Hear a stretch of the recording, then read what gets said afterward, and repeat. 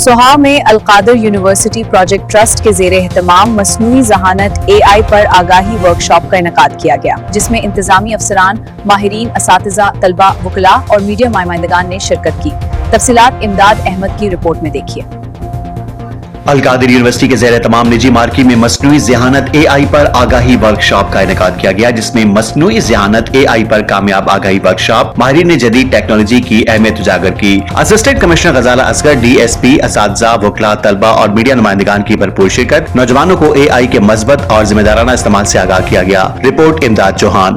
القادر university project trust کے زیر اہتمام سوہاوا کی ایک نجی مارکی میں مصنوعی ذہانت آرٹیفیشل انٹیلیجنس AI کے موضوع پر ایک معلوماتی اور آگاہی ورکشاپ کا انعقاد کیا گیا، جس کا مقصد نوجوانوں، طلباء اور مختلف شعبۂ زندگی سے تعلق رکھنے والے افراد کو جدید ٹیکنالوجی اور اس کے مؤثر استعمال سے آگاہ کرنا تھا۔ ورکشاپ کی نظامت کے فرائض یونیورسٹی کے طالب علم مسٹر حبیب نے خوش اسلوبی سے انجام دیے۔ تقریب میں assistant commissioner Sohawa Ghazala Asghar, DSP Sohawa, university کے اساتذہ، وکلاء، طلباء، میڈیا نمائندگان اور مختلف شعبۂ زندگی سے تعلق رکھنے والے افراد نے بڑی تعداد میں شرکت کی۔ ورکشاپ سے خطاب کرتے ہوئے مسٹر علی رضا شاہین، سربراہ شعبہ کمپیوٹر سائنس نے کہا کہ مصنوعی ذہانت موجودہ دور کی ایک انقلابی ٹیکنالوجی ہے جو دنیا بھر میں تعلیم، صحت، کاروبار، زراعت، صنعت، میڈیا اور دیگر شعبوں میں نمایاں تبدیلی لا رہی ہے۔